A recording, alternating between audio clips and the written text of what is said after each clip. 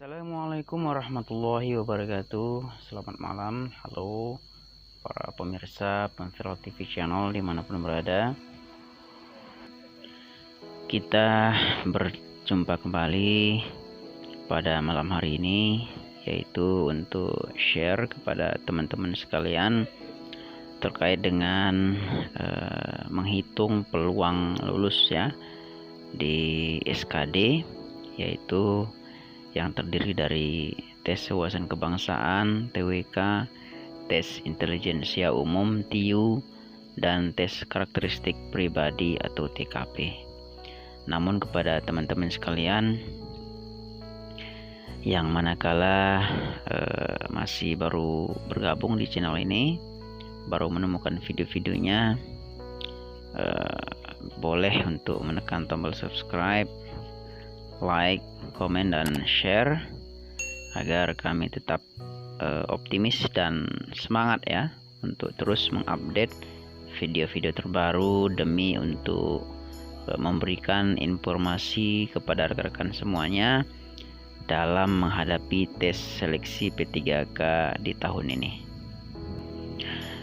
Oke, tanpa perlu berlama-lama lagi, kita langsung saja masuk ke tutorialnya ya. Badan Kepegawaian Negara BKN telah mengumumkan nilai ambang batas untuk seleksi kompetensi dasar SKD CPNS tahun 2021. Hal itu diatur dalam keputusan Menteri Pendayagunaan Aparatur Negara dan Reformasi Birokrasi, yaitu di nomor 1023 tahun 2021 tentang nilai ambang batas seleksi kompetensi dasar pengadaan pegawai negeri sipil tahun anggaran 2021 ya. Lantas bagaimana cara perhitungannya supaya lolos? Oke, kita langsung baca dulu bersama-sama bagaimana penjelasannya ya. Jumlah soal dan skor SKD menurut Kepmen Keputusan Menteri bernomor 1023/2021, seleksi kompetensi dasar SKD CPNS 2021 terdiri atas: pertama, TWK, TIU, dan TKP ya. Nantinya jumlah soal keseluruhan SKD adalah sebagai berikut ya. TWK sendiri terdiri dari 30 butir soal. TIU terdiri dari 35 butir soal, sedangkan TKP terdiri dari 45 butir soal ya. Berarti total soalnya adalah 110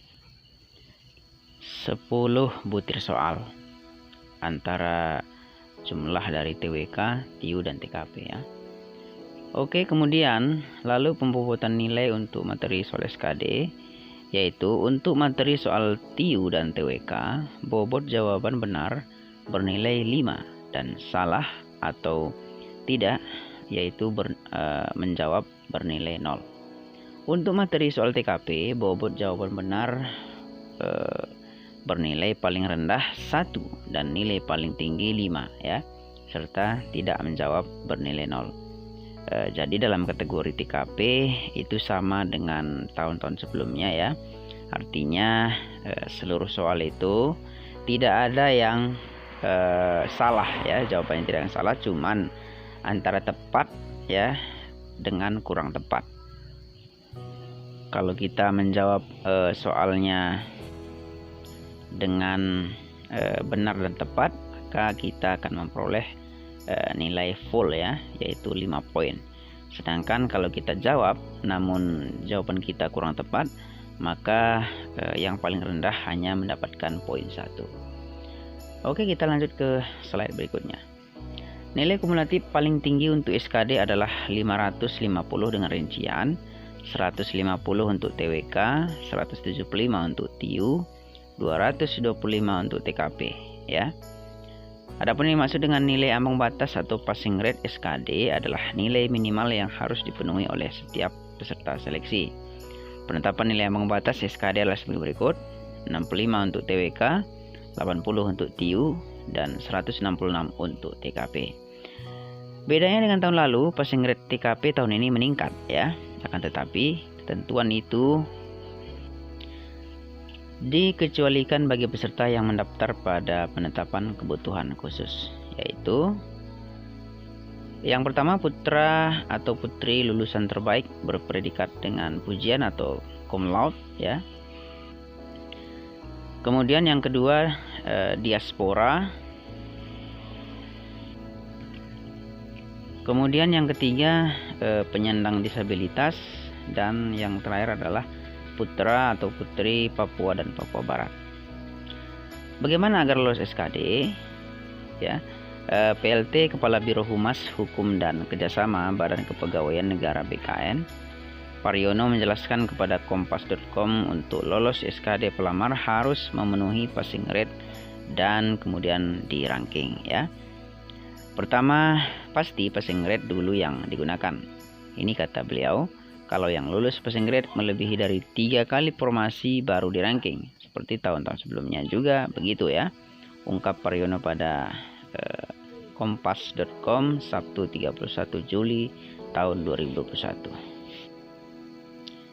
Oke, kita next ke slide berikutnya. Adapun yang dimaksud dengan 3 kali formasi adalah jumlah formasi yang dibutuhkan dikali 3. Misalnya yang dibutuhkan hanya 1 orang, maka yang bisa ikut SKB adalah 3 orang ya, yaitu 1 dikali 3. Akan tetapi Paryono mengatakan peserta yang bisa ikut SKB hanya memenuhi passing grade. Jadi ketika yang memenuhi passing grade hanya 2 orang, sementara itu yang bisa ikut 3 orang ya, maka hanya 2 orang itu yang bisa ikut. Lalu jika yang memenuhi passing grade melebihi 3 kali formasi, maka di ranking ya.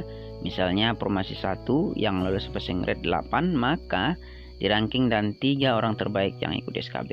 Artinya ini sama seperti tahun-tahun sebelumnya ya. Kalau misalnya peserta pelamar CPNS ataupun CPNS tersebut ya, maksudnya melebihi daripada 3 orang ataupun 3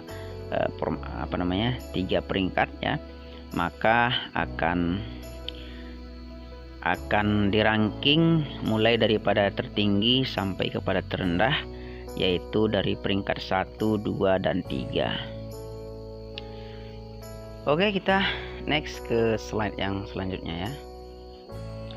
Oke, sekarang kita masuk ke bagian cara menghitung peluang lolos ya. Kita bacakan dulu teksnya. Paryono menjelaskan untuk memenuhi nilai ambang batas TWK, karena nilai ambang batasnya 65 dan bobot jawaban benar minimal bernilai 5, maka peserta harus bisa menjawab benar minimal 13 soal ya. Total soal TWK adalah 30 butir. Jadi kepada teman-teman semua ya, dari jumlah soal TWK di situ yang 30 butir ya, artinya harus menjawab hampir separuhnya ya, yaitu 13 soal wajib betul kalau kita ingin mencapai nilai passing rate minimal. Artinya kita sudah mendapatkan poin yaitu sebanyak 65 poin. Kalau kita hanya bisa menjawab betul 12, maka tidak sampai poinnya 65 ya. Pokoknya kita targetkan untuk TWK minimal kita wajib menjawab 13 soal yang betul ya. Kalau kita bisa mencapai lebih tinggi itu lebih bagus lagi. Lalu untuk memenuhi nilai ambang batas TIU, karena nilai ambang batasnya 80 dan bobot jawaban benar itu bernilai 5, maka peserta harus bisa menjawab benar minimal 16 soal ya. Total dari total soal TIU adalah 35 butir soal. Jadi dari jumlah soal yaitu 35 butir, kita wajib menjawabnya dengan benar adalah 16 soal. Makanya dalam pengerjaan TIU kita upayakan untuk melaksanakan seluruh soal-soal yang mana yang menurut kita soal yang paling mudah. Jangan sampai ketika kita mengerjakan soal yang sulit ya, bahkan soal-soal misalnya soal akar ya, soal pembagian, bilangan seper dan sebagainya, aljabar dan sebagainya ya, kadang-kadang menguras waktu. Jadi kita kalau terpaku di situ ya, kita terjebak di situ sehingga menghabiskan waktu yang tersisa. Jadi kita usahakan untuk menjawab soal-soal yang paling mudah satu persatu dengan hati-hati dan teliti, maka insya Allah kita akan bisa untuk menghemat waktu dan memanage waktu yang kita perlukan ya. Oke, kemudian untuk memenuhi nilai ambang batas TKP caranya bervariasi ya. Kenapa bervariasi? Karena poin daripada soal TKP itu kan berbeda ya dengan poin soal TIU dan poin soal TWK. Sedangkan TKP itu tidak ada istilahnya jawaban yang salah ya, namun hanya permasalahan jawabannya sudah sangat tepat dan jawaban yang kurang tepat ya. Adapun jawaban yang paling tepat itu mendapatkan poin 5, sedangkan jawaban yang kurang tepat mendapatkan poin yang paling kecil, yaitu poin yang paling rendah, yaitu angka 1 ya, ataupun 1 poin. Yang TKP itu passing grade kan 166 ya. Soal TKP itu kalau menjawab yang paling tepat nilainya 5, yang paling tidak tepat nilainya 1. Jadi ada gradasi nilai ya. Ini perkataan Paryono. Sebagai gambaran, jika peserta menjawab 33 soal dengan nilai 5 masih kurang karena totalnya 165, sedangkan nilai ambang batasnya adalah 166 ya. Nah, jadi kita dalam mencapai passing grade dalam perhitungan menghitung peluang lolosnya, maka kita harus menjawab minimal 34 soal ya. 34 soal itu semuanya harus dengan jawaban yang paling tepat. Artinya 35 soal itu harus rata-rata mendapatkan poin 5. Artinya nanti tinggal kita kalikan saja 34 dikali 5 ya.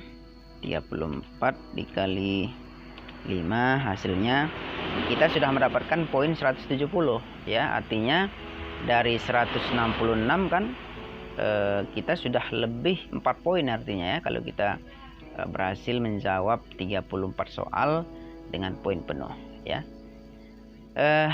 Oke, kemudian yang paling tepat nilainya 5, yang paling tidak tepat nilainya 1. Jadi ada gradasi nilai ucap Paryono. Sebagai gambaran, jika peserta menjawab 33 soal dengan 5 masih kurang karena masih kurang nilai total ya yang dihasilkan ketika kita hanya bisa menjawab 33 soal dengan poin penuh. Maka kita usahakan wajib betul 34 soal dengan nilai penuh, maka kita akan secara otomatis sudah dalam posisi aman, bahkan sudah lebih 4 poin daripada 166 passing grade yang ditetapkan ya. Baiklah teman-teman semuanya, terima kasih kepada teman-teman dan para pemirsa yang telah menyimak videonya sampai selesai, dan jangan lupa untuk terus update video-video terbaru dari Konfirwa TV channel ya, khususnya dalam pembahasan soal-soal. Dan kepada rekan-rekan sekalian dan seluruh pemirsa Konfirwa TV dimanapun berada yang sedang mengikuti seleksi P3K dan CPNS, jangan lupa untuk bergabung juga di grup-grup Telegram, grup-grup WhatsApp di instansi masing-masing ya terkait dengan seleksi tersebut, karena di situ akan banyak sekali disediakan informasi-informasi yang sangat kita butuhkan tentunya dalam mengikuti mekanisme seleksi P3K dan CPNS. Terima kasih kepada teman-teman semua. Assalamualaikum warahmatullahi wabarakatuh.